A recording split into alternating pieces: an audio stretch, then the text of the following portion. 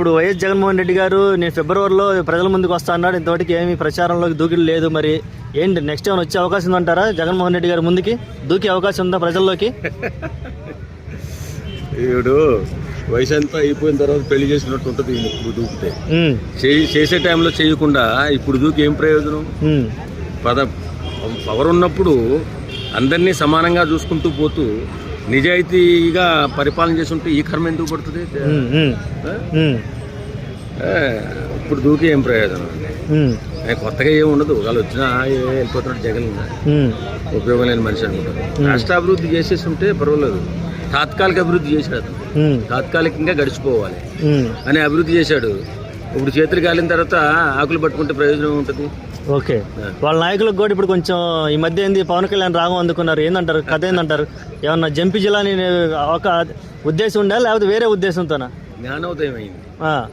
పవన్ కళ్యాణ్ లాంటి మహోన్నతమైన వ్యక్తిని ఉచ్చనీచాలు లేకుండా విమర్శించి అతని ఫ్యామిలీని కూడా విమర్శించినందుకు ఈరోజు రోడ్డు మీద పడదాం రా బాబు అని జ్ఞానోదయం అయింది. ఈ జ్ఞానోదయాన్ని వాళ్ళు కంటిన్యూ చేస్తే పర్వాలేదు. ఇప్పుడు ఒక రాజకీయ నాయకులు ఉన్నారండి, విమర్శలు చేస్తారు. విమర్శలు దేని మీద చేయాలా?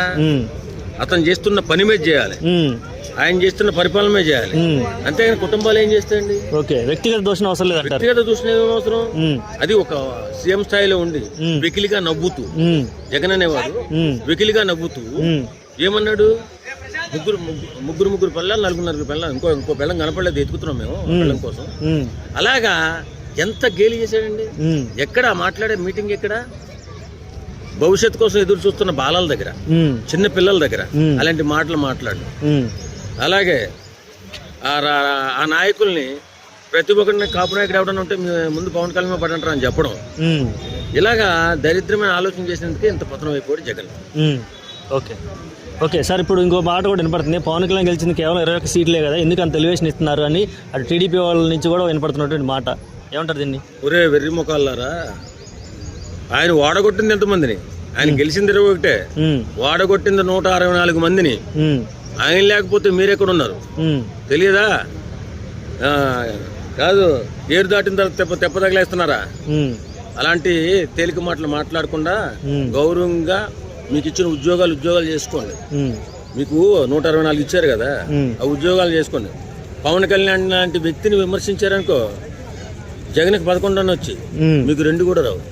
అది మాత్రం గుర్తుపెట్టుకోండి. ఎందుకంటే ఈ టీడీపీ నాయకులు ఈ మధ్య వింటున్నా నేను, మరీ ఘోరంగా 21 కదా వచ్చింది, 21 వాడగొట్టింది ఎంతమందిని? అక్కడ 40% ఓటు షేర్ ఉంది. పవన్ కళ్యాణ్ ఒక్క ఎన్నకాడికి ఎత్తే తొక్కిపడి తింటాడు జగన్ వచ్చి. అది చేతగాక అమాయకమైన మాటలు మాట్లాడకండి, రోడ్డు మీద పడకండి. ఇది నా సలహా. ఒకవేళ వీళ్ళు లొకలొకలు వస్తే మళ్ళీ జగన్ పుంజుకునే అవకాశం ఉందంటారా? ఖచ్చితంగా. జగన్ ఏం తక్కువ పరిపాలన చేయలేదండి. ఓట్లు కొని అలా పెట్టుకుని ఉన్నాడు. ఏతే ఇంకా చంద్రబాబు నాయుడు, తెలుగుదేశం అసలు పతనం అయిపోతుంది. పొరపాటు నీ పవన్ కళ్యాణ్ అన్నాడు ఎందుకు ఈ నీచ రాజకీయాలని చెప్పి వెనక తగ్గాడనుకో, ఇంకెవడుంటాడు?